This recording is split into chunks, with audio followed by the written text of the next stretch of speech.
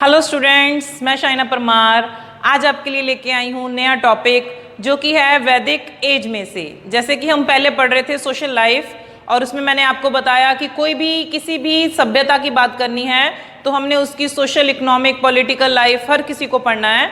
तो आज हमारे पास जो नेक्स्ट इसका पार्ट है वो है हमारा इकोनॉमिक लाइफ का। ठीक है, तो जैसे कि हमने पढ़ा सोशल लाइफ में कि लोग कैसे थे, कैसा खाते थे, कैसा पहनते थे, तो इसमें हम पढ़ेंगे कि आखिरकार वो अपने जीने के लिए क्या क्या काम करते थे।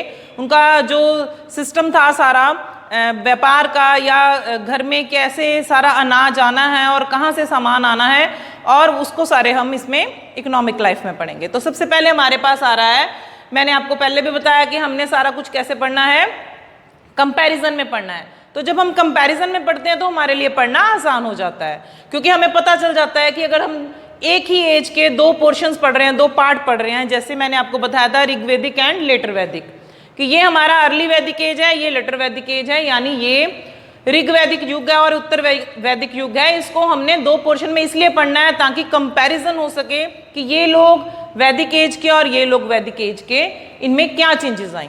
तो हमारे पास यहाँ पे सबसे पहले ही सबसे बड़ा चेंज आ जाता है ऋग्वैदिक काल की इकोनॉमिक लाइफ में।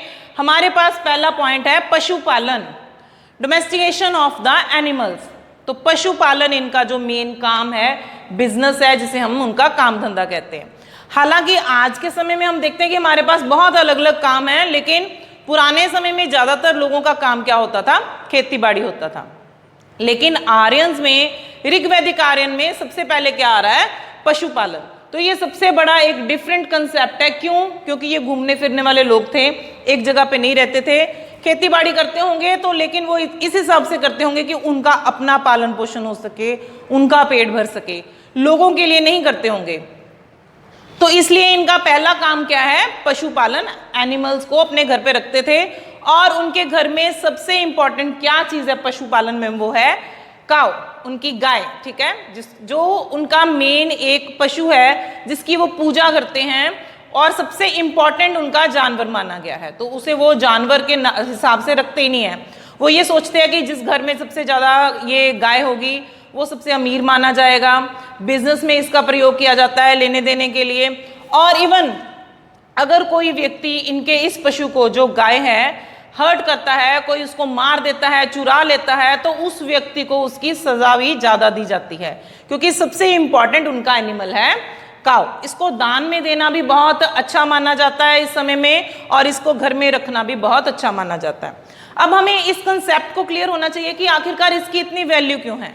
सबसे पहले जो काउ है, गाय है, वो क्या देती है, दूध देती है। तो उस दूध का सभी को फायदा होता है, और उससे आगे कितने प्रोडक्ट बनते हैं जो हमारे घर में सबसे इंपॉर्टेंट है। दूसरा, गाय का गोबर। आपको पता है कि उसको अगर घर में पहले गोबर से लेप होता था, तो अगर हमारे घर में मच्छर आता है, मक्खी आती है, तो उन सब से बचने के लिए वो गोबर का लेप करते हैं। और सबसे बड़ी बात ये कहते हैं कि एक काऊ ही ऐसा एनिमल है जो ऑक्सीजन छोड़ता है, जबकि ज्यादातर हम लोग क्या छोड़ते हैं, कार्बन डाइऑक्साइड। तो इसको हर तरह से, ये अलग अलग उनके विचार हैं जो ऋग्वैदिक काल से चलते आ रहे हैं कि इसलिए इसका इतना महत्व है। इसीलिए शायद हम गाय को अपनी माता का स्थान देते हैं, क्योंकि हर तरह से वो हमारे लिए बेनिफिशियल है। इसके अलावा जो गाय का देखभाल करने वाला व्यक्ति है उसे कहते हैं गोप या गोपाल। अब आपने ये देखा होगा, श्री कृष्ण जी के बारे में सुना होगा, उनको गोपाला भी कहते हैं, क्योंकि वो उनके पास बहुत सारी गाय होती थी, उनको चराने जाते थे, इसलिए उनका नाम गोपाला भी पड़ गया। तो ये ऋग्वैदिक काल ही है, उत्तर वैदिक काल ही है, जब हमने महाकाव्य पढ़े हैं, रामायण पढ़ी है, महाभारत पढ़ी है, श्री कृष्ण जी के बारे में पढ़ा है। तो गाय का ध्यान रखने वाला मेन व्यक्ति है गोप। और उसके अलावा अगन्या भी कहा गया है और गाय को, और ये बताया गया है कि सबसे महत्वपूर्ण जानवर जो है उनका वो गाय है। तो उसे वो एक पशु के हिसाब से रखते ही नहीं है। लेकिन इसके अलावा घर में वो रखते हैं, भेड़ को रखते हैं ताकि ऊन प्राप्त हो सके, सर्दियों में जो हम ऊनी कपड़े पहनते हैं, बकरी को रखते हैं, और बैल को रखते हैं खेतों को जोतने के लिए, घोड़े को रखते हैं सवारी करने के लिए। तो ऐसे बहुत से पशुओं का पालन किया जाता था, लेकिन उनका मोटिव क्या होता था, अपने ही ध्यान के लिए, अपने ही घर के लिए। ये कोई बड़े लेवल का बिजनेस नहीं था। लेकिन अगर हम वैदिक एज में आते हैं तो हमारे पास पहला पॉइंट क्या आता है, एग्रीकल्चर, यानी खेती बाड़ी। तो ये वो समय है जब वो जगह जगह घूमते फिरते थे, इनके पक्के घर नहीं थे, तो उन्होंने जानवरों को महत्व दिया। लेकिन समय बदल गया और वो एक जगह पे रहने लग पड़े, उनके पक्के घर हो गए और उन लोगों ने अपना मेन बिजनेस बदल के क्या कर लिया, खेती बाड़ी कर लिया।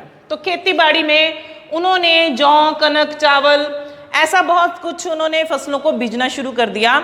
यहाँ तक हमारे पास कुछ ऐसी बातें क्लियर होती हैं, शतपथ ब्राह्मण में लिखा आता है कि खेतों को जोता जाता था, यानी उनमें बैलों के हल चलाए जाते थे। और हल का भी जिक्र आता है कि ये जो बैल हल चलाते थे उनमें से 6 बैलों वाला, 8 वाला, 12 वाला और 24 वाला भी हमें पता चला है। वैसे तो जोड़ी में ही होते थे हल, लेकिन इतने बड़े बड़े हल भी शायद उस वक्त चलाए जाते थे, इतने बैलों का प्रयोग किया जाता था। हाँ, ये हो सकता है कि कुछ उनके जो औजार हैं वो बदल गए हैं, क्योंकि इनको लोहे का ज्ञान हो गया था और इन्होंने अपने हलों को लोहे से भी बनाना शुरू कर दिया था। इधर लोहे का ज्ञान नहीं है, लेकिन इधर लोहे का ज्ञान हो चुका है। तो इनके हल हैं जो वो लकड़ी से बदल के लोहे के हो चुके हैं। इसके अलावा ये भी बताया गया है कि कुछ जैसे खेतों में फसलों को बीमारियां लग जाती हैं और ये भी होता है कि हम चाहते हैं कि पैदावार ज़्यादा हो, तो उन्होंने अथर्ववेद में कुछ ऐसे मंत्र लिखे हुए हैं जहाँ से ये पता चलता है कि ये लोग अपनी फसलों को बीमारी से बचाने के लिए और उनकी पैदावार ज़्यादा हो इसके लिए मंत्र भी पढ़ा करते थे। तो इनका फर्स्ट हो गया हमारे पास पशुपालन और इनका हमारे पास हो गया एग्रीकल्चर। तो ये दोनों ऐसे हम क्रॉस कनेक्शन में पढ़ेंगे। इनके लिए ये दूसरा पॉइंट हो जाएगा, उत्तर वैदिक काल के लिए पशुपालन, और ऋग्वैदिक काल में दूसरा पॉइंट क्या हो जाएगा हमारे पास, खेती बाड़ी। ठीक है,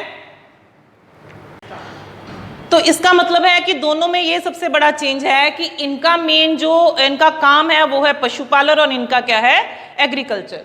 तो अभी इस पॉइंट को हम दोनों को सेकंड पॉइंट में कैसे पढ़ेंगे, चेंज करके। अब इनके पास आ जाते हैं, हमारे सेकंड पॉइंट में क्या आ गया, एग्रीकल्चर, खेती बाड़ी इनका दूसरा काम है, दूसरा बिजनेस है। तो ये इनके कोई भी बिजनेस ऐसे नहीं है कि उन्होंने पैसा कमाने के लिए या दूसरों की सहायता करने के लिए किया है, ये अपने कुछ एरियाज में ही जैसे 10-12 घर हैं उसके लिए ही कर रहे हैं।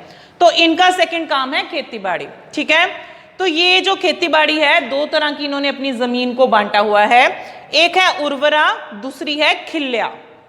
उर्वरा है उपजाऊ, उर्वरा, ठीक है, और खिल्या है ऐसी जगह जहां पे खेती बाड़ी नहीं करते लेकिन शायद पशुओं को वहां पे बांध देते हैं, चराने के लिए ले जाते हैं या कोई धार्मिक फंक्शन है। तो ये खिल्या एक उनकी सांझी जमीन है, हर कोई उसे यूज कर सकता है। लेकिन उर्वरा जो उपजाऊ धरती है वो कुछ पर्टिकुलर घरों की ही धरती है जहां पे उन्होंने फसल बोनी है। तो उनके एग्रीकल्चर में मेन फसलें क्या हैं, जैसे मैंने वहां बताया जौ, कनक, चावल, तिल, ये इनकी भी यही फसलें हैं। तेल के बीज भी ये बोते हैं, खाद का भी प्रयोग करते हैं, ये भी करते हैं, ये भी करते हैं, सिंचाई का भी प्रयोग करते हैं, ये ऋग्वैदिक काल भी करता है, उत्तर वैदिक काल भी करता है। तो ये पॉइंट्स हम ऐड करते रहेंगे। और सिंचाई कैसे करते हैं, बारिश पे डिपेंडेंट हैं, अपने कुओं पे डिपेंडेंट हैं, उन्होंने तालाब बना रखे हैं। इसके अलावा हम कोई किसी ट्यूबवेल की बात नहीं कर सकते क्योंकि उस वक्त वो नहीं थे, तो नेचुरल सोर्सेज हैं उनके सिंचाई के। तो ये इन दोनों में ये चीजें हम ऐड कर सकते हैं। ठीक है, और इसके अलावा ये अपने जानवरों को चराने के लिए जंगलों में ले जाते हैं। तो जंगल हमने क्या पढ़ा है, क्या कहते हैं उनको, अरण्य या आरण्यक। ठीक है, तो जंगलों में ये जानवर लेके जाते हैं और इनका खेती बाड़ी जो सेकंड काम है। लेकिन इनका सेकंड काम क्या है, पशुपालन। जैसे इनका पशुपालन पहला काम है, इनका दूसरा है, लेकिन इसमें सारा कुछ वैसे ही है सेम। ये बुल भी रखते हैं, जो बैल है हमारा, घोड़ा रखते हैं, शीप भेड़ को रखते हैं, बकरी को रखते हैं, और सबसे बड़ी बात काऊ इनके लिए भी उतनी ही इंपॉर्टेंट है गायें जितनी इनके लिए इंपॉर्टेंट थी। लेकिन इनका मेन काम अब यहाँ पे खेती बाड़ी है और इनका यहाँ पे पशुपालन है।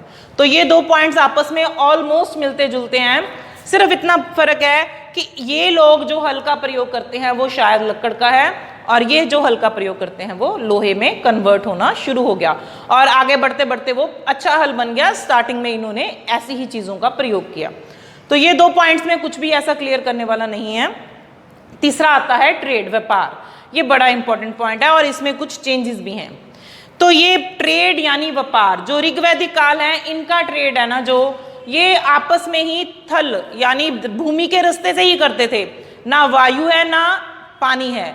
तो क्योंकि ये लोग हो सकता है कुछ नदियों का प्रयोग करते हो, लेकिन समुद्रों का इन्होंने प्रयोग नहीं किया, तो इनका ज्यादातर व्यापार है आपस में ही चलता रहा है। दूर देशों से शायद इन्होंने ज्यादा व्यापार नहीं किया भी होगा तो उसके लिए हम ज्यादा श्योरिटी से नहीं बोल सकते। लेकिन व्यापार करते कैसे थे, यानी किस चीज का प्रयोग करते थे?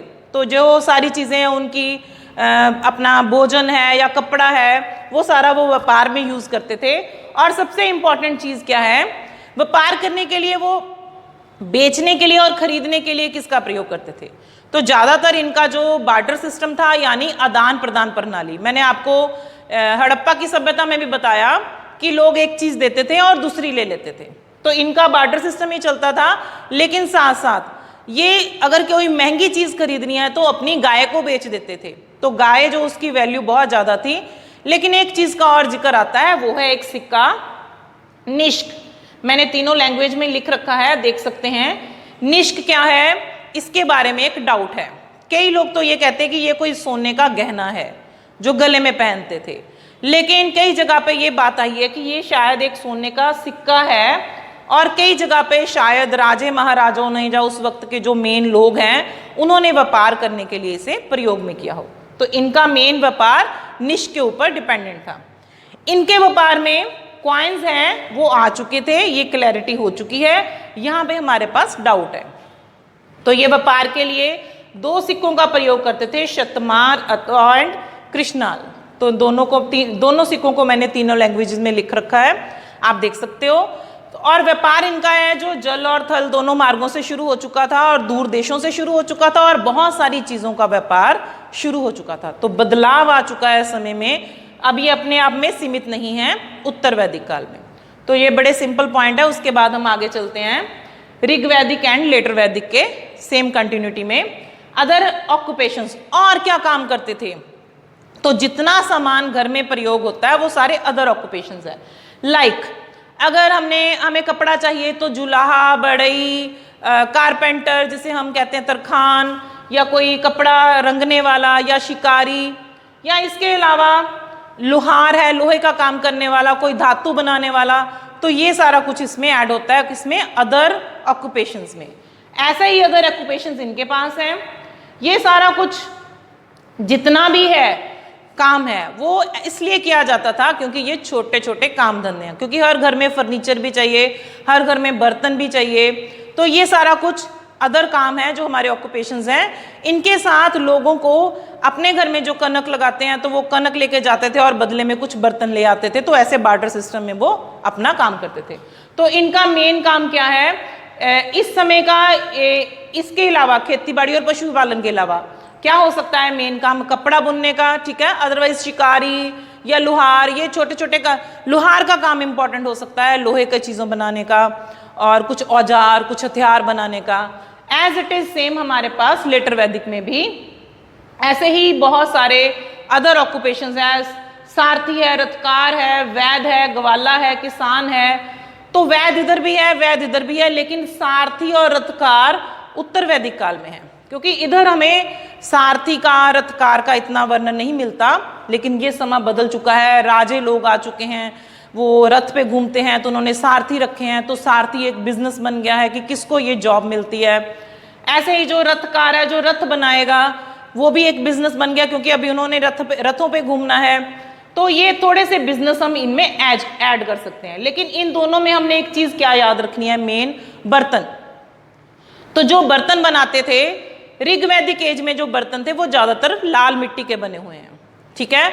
और जो उत्तर वैदिक काल है इसमें ज्यादातर जो बर्तन है वो ग्रे, जिन्हें हम भूरे रंग के कहते हैं। तो ये लाल मृद भांड इन्हें बोला जाता है, इन्हें भूरे मृद भांड बोला जाता है। मृद भांड यानी मिट्टी के बर्तन, ठीक है। तो ये इनके हो गए रेड और इनके हो गए ग्रे। तो ये दो चीजें हमने यहाँ पे खास ध्यान रखना है। नेक्स्ट है मिनरल्स, यानी उनके जो खनिज पदार्थ हैं। तो उनके पास गोल्ड एंड सिल्वर तो है ही, हमने गहनों में भी पढ़ा है, सोने चांदी की चीज़ों का वह प्रयोग करते हैं।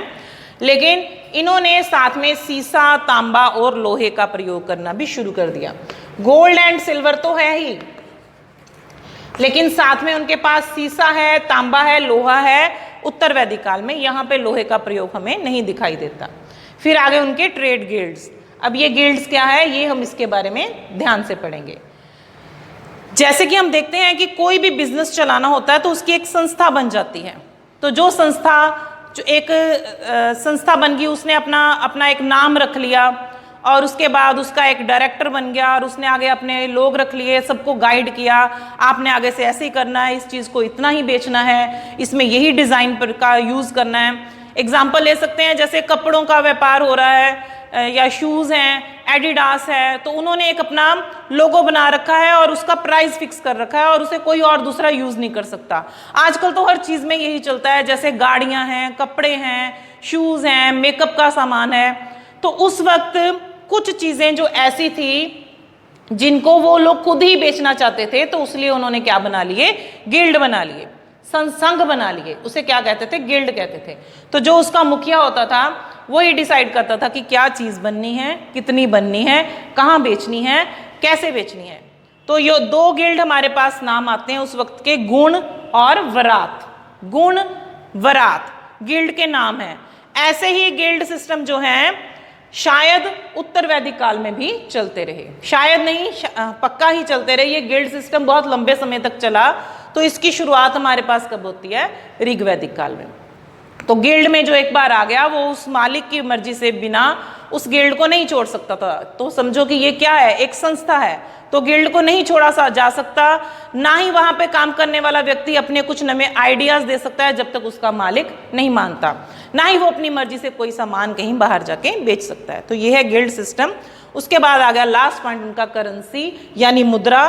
तो मैं आपको पहले भी पढ़ा चुकी हूं कि इनकी मुद्रा है निष्क और इनकी है शतमान एंड कृष्णाल।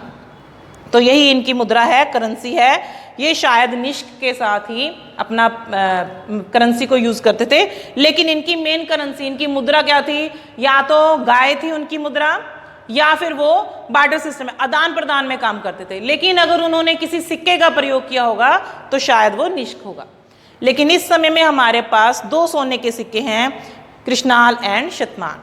तो ये दोनों सिक्कों के साथ वो शतमान एंड कृष्णाल के साथ जो अपना व्यापार करते थे या कहीं भी इस मुद्रा को प्रयोग करते थे। तो ये बड़ा ही आसान टॉपिक था इकोनॉमिक लाइफ, और आई थिंक कि इसमें कंपैरिजन भी कोई इतना मुश्किल नहीं है और ना ही इतने ज़्यादा इसके पॉइंट्स हैं जिनको हमें ध्यान से बार बार देखना पड़े या सुनना पड़े। फिर भी अगर आपको कुछ इसमें मुश्किल लगता है तो आप इसे ध्यान से देखें और बार बार सुने और इसे अपने पास पॉइंट्स बना के रख लें। और हमेशा ही याद रखना है कि वैदिक एज को हम हमेशा कंपैरिजन में पढ़ेंगे तो हमारे लिए पढ़ना ज़्यादा आसान होगा। Thank you so much.